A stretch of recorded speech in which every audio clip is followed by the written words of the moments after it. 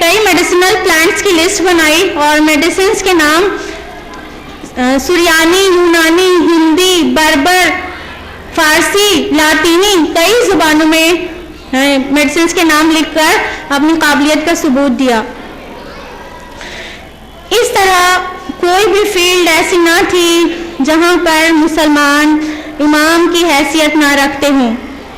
اور یہ بات ویسٹرنرز بھی، انصاف پسند ویسٹرنرز بھی مانے بغیر نہیں رہتے.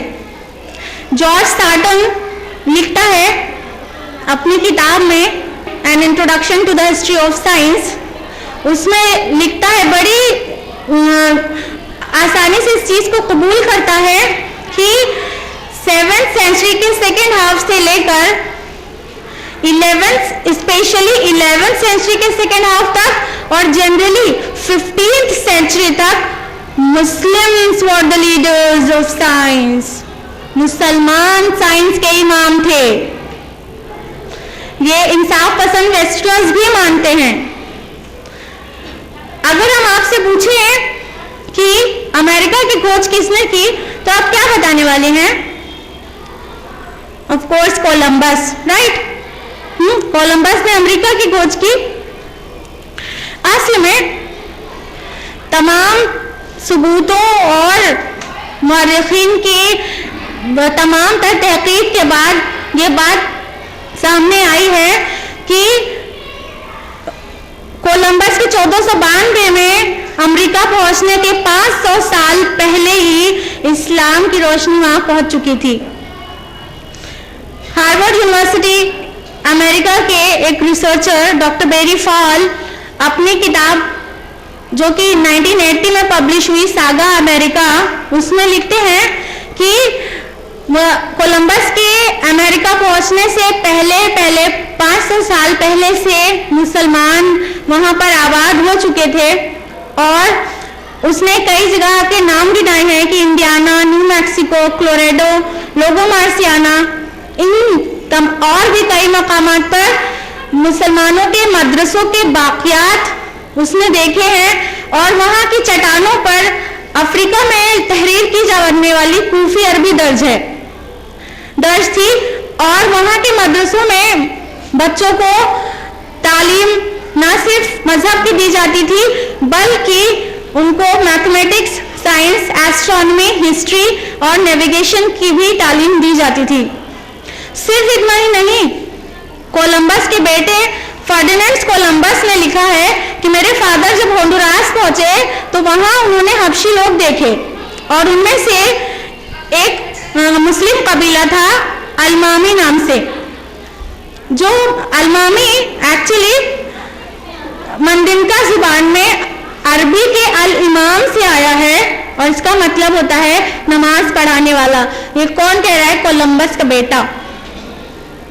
اور 1920 میں ایک ہسٹورین جو کہ ہارورڈ یونیورسٹی سے بلانگ کرتا تھا، اس نے اپنی کتاب میں، لیو وینر اس کا نام ہے، اس نے اپنی کتاب Africa and Discovery of America میں لکھا ہے کہ کولمبس مندنکا لوگوں کی رہائش سے بخوبی واقف تھا امریکہ میں، اور وہ اچھی طرح جانتا تھا کہ مسلمان Caribbean, middle, south and east امریکہ تک پھیل چکے تھے اور ان کی بستیاں یہاں تک کہ کینیڈا تک بھی بس چکی تھیں. تو شواہد یہ ثابت کرتے ہیں کہ امریکہ کی کھوج کولمبس نے نہیں کی ہے بلکہ ہم مسلمانوں نے کی ہے. اور کولمبس سے 500 سال پہلے سے وہاں آباد تھے مسلمان. کیا کچھ کانفیڈنس آیا؟ اور اگر آپ سوچ رہے ہو کہ اسمجھنس کیوں یہ ساری ڈیٹیلز ہم کو بتا رہی ہیں تو ہم بار بار آپ کو بتا دیں کہ آپ کے اندر کانفیڈنس پیدا کرنے کے لیے کہ ہم بھولے بسرے پچھڑے ہوئے لوگ نہیں ہیں، ہم بیکورڈ لوگ نہیں ہیں. ہمارے پاس اللہ کی کتاب قرآن مجید ہے. جن لوگوں نے اس پر عمل کیا وہ کامیابی کی عظیم بلندیوں تک پہنچے. آج پھر سے ہم اس پر عمل کرنے لگ جائیں تو انشاءاللہ پھر سے ہم اس بلندی کو پہنچ جائیں گے. اور جس مغربی تہذیب سے ہم اتنا متاثر ہیں وہ ایکچولی اپنے زوال کی کگار پر کھڑی ہے. اور یہ صرف ہم نہیں کہہ رہے ہیں, ویسٹرنرز خود بھی کہہ رہے ہیں, مغربی لوگ خود بھی یہ بات مان رہے ہیں کہ وہ تہذیب کے زوال کے قریب ہیں. البرٹ شیفرڈ ایک مفکر ہے, وہ کہتا ہے کہ آج ہم تہذیب کے زوال کے بالکل کگار پر کھڑے ہوئے ہیں. گاندھی جی مغربی تہذیب کے بارے میں کہتے ہیں کہ مغربی تہذیب شیطانی تہذیب کا دوسرا نام ہے اور اس کا زوال عنقریب ہونے والا ہے. ہمیں صبر کے ساتھ اس کے زوال کا انتظار کرنا ہوگا اور ہندوستانی تعلیمات کے مطابق یہ تاریخ ترین دور کی نمائندہ ہے. صرف اتنا ہی نہیں, مارلن منرو کا نام ہم سبھی جانتے ہوں گے, ایک ہالی ووڈ ایکٹریس. جس نے اس کا نام جانا ہو اس نے اس کا سوسائڈ کیس بھی ضرور جانا ہے.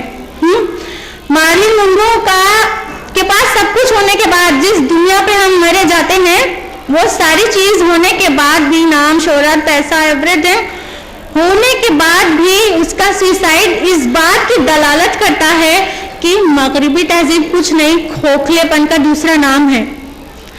فرانس کا ایک اخبار فرانس زیرو لکھتا ہے کہ مغربی تہذیب اسی طرح ختم ہو جائے گی جس طرح مارلن منرو مر گئی اور جس طرح کتے اور بلیاں مر جاتے ہیں. مارلن منرو کوئی اور نہیں, ہم میں سے ہی ایک تھی. تو یہ جس تہذیب کو آج ہم اپنا رول ماڈل بنا رہے ہیں وہ زوال کی کگار پر ہے. اب سوال یہ ہے کہ جب مغربی تہذیب ویسٹرن ورلڈ زوال پذیر ہونے والا ہے تو پھر عروج کس کا ہونے والا ہے؟ جی ہاں, عروج پھر سے اسلام کا ہونے والا ہے. ہمارا ماضی بھی بہت تابناک تھا اور ہمارا مستقبل بھی بہت روشن ہے. ایک بار پھر سے عروج کا دور ہم مسلمان دیکھنے والے ہیں انشاءاللہ. اللہ کے رسول صلی اللہ علیہ وسلم کی حدیث ہے, مسند احمد کی روایت, کہ ایک بار پھر سے خلافت علی منہاج النبوہ قائم ہوگی, نبوت کی طرز پر خلافت قائم ہوگی. اور اللہ تعالیٰ نے قرآن مجید میں واضح کہا, ایک نہیں, دو نہیں, 3 مرتبہ فرمایا. سورہ توبہ سورہ نمبر 9 آیت نمبر 33, سورہ فتح سورہ نمبر 48 آیت نمبر 28 اور سورہ صف سورہ نمبر 61 آیت نمبر 9 میں هو الذی ارسل رسولہ بالہدی ودین الحق لیظہرہ علی الدین کلہ. وہ اللہ ہی ہے, وہی ذات ہے جس نے اپنے رسول کو ہدایت اور دین حق دے کر بھیجا تاکہ اسے دنیا کے سارے مذہب پر, سارے ادیان پر غالب کر دے. جی ہاں, وہ دن آنے والا ہے جب دین اسلام ساری دنیا پر غالب ہو جائے گا اور یہ ترقی, یہ عروج کا دور ہم پھر سے دیکھیں گے. اللہ کے رسول صلی اللہ علیہ وسلم کی حدیث ہے, پیشن گوئی کی آپ نے, مسند احمد جلد نمبر 6 صفحہ نمبر 5. پیارے نبی نے فرمایا, مقداد بن اسود راوی ہیں, کہتے ہیں کہ اللہ کے رسول صلی اللہ علیہ وسلم نے فرمایا کہ زمین کی پشت پر نہ کوئی اینٹ گارے سے بنا ہوا کوئی مکان رہ جائے گا اور نہ ہی خیمے سے بنا ہوا, کمبل سے بنا ہوا کوئی خیمہ رہ جائے گا جس میں اللہ تعالیٰ اسلام کے کلمے کو داخل نہ کر دے. عزت والے کی عزت کے ساتھ یا مغلوبیت پسند کی مغلوبیت کے ساتھ, یعنی ہر گھر میں اسلام داخل ہو جائے گا. مسلم, ترمذی, ابو داؤد اور ابن ماجہ کی روایات میں ایک حدیث ہے جس کے راوی ہیں ثوبان رضی اللہ عنہ, فرماتے ہیں کہ اللہ کے رسول صلی اللہ علیہ وسلم نے فرمایا کہ اللہ تعالیٰ نے ساری زمین کو میرے لیے سکوڑ دیا, لپیٹ دیا, اور میں نے زمین کے تمام مشرق اور تمام مغرب دیکھ لیے. اور سن لو, میری امت کی حکومت ان تمام جگہوں پر ہو کر رہے گی جو مجھے سمیٹ کر دکھا دیے گئے. ہمارا فیوچر بھی سیف ہے. ہم اگر اس کام کے لیے اسٹرائیو کریں تو ہمارا فیوچر بالکل سیف ہے, وہ دن آ کر رہنے والا ہے. اور یہ کوئی عجیب بات نہیں, کیونکہ اب دنیا گلوبلائزیشن کی طرف بڑھ رہی ہے. آپ دیکھیے کہ سائنس کی ترقی نے فاصلوں کو معدوم کر دیا ہے اور ساری دنیا نے ایک شہر کی حیثیت اختیار کر لی ہے. اور اسی لیے مانا جا رہا ہے کہ ایک ایک کامن نظام بھی ہونا چاہیے, ایک گلوبل سسٹم بھی ہونا چاہیے, گلوبل رولنگ ہونی چاہیے. آپ دیکھیے کہ فرسٹ ورلڈ وار میں لیگ آف نیشنز وجود میں آئی, کئی ملٹی نیشنل آرگنائزیشن وجود میں آ رہی ہے. سیکنڈ ورلڈ وار کے بعد یونائٹڈ نیشنز آرگنائزیشن وجود میں آئی, اور اب نیو ورلڈ آرڈر. اس طرح ملٹی نیشنل آرگنائزیشن کے وجود میں آنا اور گلوبلائزیشن کی طرف بڑھنا, یہ اسلام کے غلبے کے لیے ایک اشارے ہیں. اب تو اسلام ہر جگہ پہنچنے کے لیے ایک شفٹ اوور کی بات ہے. جیسے قبیلے کے ایک سردار نے اسلام قبول کیا, پورا قبیلہ اس کے پیچھے اسلام میں داخل ہو گیا. اسی طرح جب ساری دنیا کا نظام گلوبلائز ہو جائے گا تو بس وہیں پہ اسلام آیا اور پوری دنیا میں پھیل گیا. اٹس ویری ایزی, لاجک پہ بھی یہ بات آسان, اور اللہ کے رسول پر ایمان رکھنے کے لیے یہ بات تو یقینی ہے کہ وہ دن آنے والا ہے اور آ کر رہنے والا ہے جب دین کل کا کل اللہ کا ہو جائے گا. سورہ انفال سورہ نمبر 8 آیت نمبر 39 میں اللہ تعالیٰ نے پہلے ہی کہہ دیا تھا دین کل کا کل اللہ کا ہو جائے گا. تو جب وہ دن آ جائے گا, جب ہم اس کے قریب پہنچ جائیں گے, تو جو عالم کا منظر ہوگا وہ کچھ اس طرح ہوگا جیسے کہ وحی الہی چیخ چیخ کر کہے گی. سورہ اسراء سورہ نمبر 17 آیت نمبر 81, وَقُلْ, اور کہہ دیجئے, جَاءَ الْحَقُّ وَزَاقَ الْبَاطِلُ إِنَّ الْبَاطِلَ كَانَ زَهُوقًا. کہہ دیجئے حق آ چکا اور باطل نابود ہو گیا, یقیناً باطل تھا بھی نابود ہونے والا.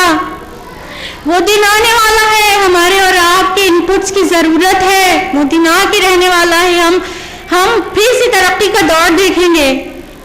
علامہ اقبال کے مطابق اس وقت عالم کا نقشہ کچھ اس طرح ہوگا, آسماں ہوگا سحر کے نور سے آئینہ پوش, اور ظلمت رات کی سیما پا ہو جائے گی.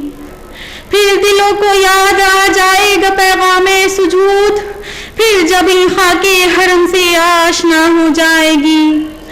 آنکھ جو کچھ دیکھتی ہے لب پہ آ سکتا نہیں, محو حیرت ہوں کہ دنیا کیا سے کیا ہو جائے گی. شب گریزاں ہوگی آخر جلوہ خورشید سے, یہ چمن معمور ہوگا نغمے توحید سے. انشاءاللہ انشاءاللہ وہ دن آنے والا ہے, وہ دن آ کے رہنے والا ہے جب ہر طرف اللہ کی کبریائی, اللہ کی بڑائی, اللہ کی وحدانیت ہوگی. ہر طرف اسلام کا پرچم لہرائے گا, اور اللہ کا وعدہ ہے کہ اس کام کو کرنے والے کی وہ مدد ضرور کرے گا. اللہ تعالیٰ نے فرمایا سورہ نور سورہ نمبر 24 آیت نمبر 55 میں کہ اللہ تعالیٰ نے وعدہ کر لیا ہے ان لوگوں سے جو ایمان لائے اور نیک عمل کیے کہ وہ لازماً انہیں زمین میں خلیفہ بنا کر رہے گا, انہیں حکومت دے کر رہے گا جس طرح اس سے پہلے کے لوگوں کو دیا تھا, اور ان کے دین کو ان کے لیے جمع کر رہے گا جو اس نے ان کے لیے پسند کر لیا ہے, اور ان کے خوف و ہراس کو امن و امان سے بدل کر رکھ دے گا. خالی اللہ کی عبادت کریں گے, شریک نہ کریں گے اس کا کسی کو. اللہ تعالیٰ نے ہم سے مدد کا وعدہ کیا ہے. ہمیں اور آپ کو ضرورت ہے کہ آج ہم اٹھیں اور اس بددین ہو گئے سائنس کو دین کا کلمہ پڑھائیں, یا مس گائیڈ ہو گئے سائنس کو اس کو گائیڈنس پرووائڈ کریں. ہماری اور آپ کی ضرورت ہے کہ ہم سائنس کا استعمال صحیح کام میں لیں اور اپنے بچوں کو قرآن اور سائنس کا علم دیں, اور ہم اس کام کے لیے اپنی جد و جہد کریں.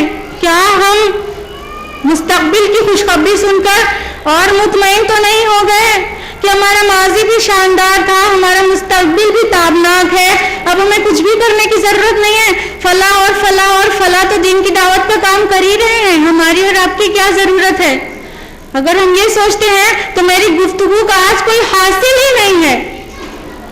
آج ہم آپ کو جو کچھ دکھا کر, ہمت دلا کر, حوصلہ دلا کر جو آپ سے مطالبہ کرنے والے ہیں وہ یہ کہ ہمارا ماضی اتنا شاندار تھا, ہمارا مستقبل اتنا محفوظ ہے, لیکن ہمارا حال اتنا تاریک کیوں ہے؟ کیونکہ ہم قرآن سے دور ہو گئے ہیں, اور ہم نے دعوت دین کے کام کو ترک کر دیا ہے. اگر ہم اسی طرح کان میں تیل ڈال کر بیٹھے رہے, دین کا غلبہ تو ہو جائے گا, اللہ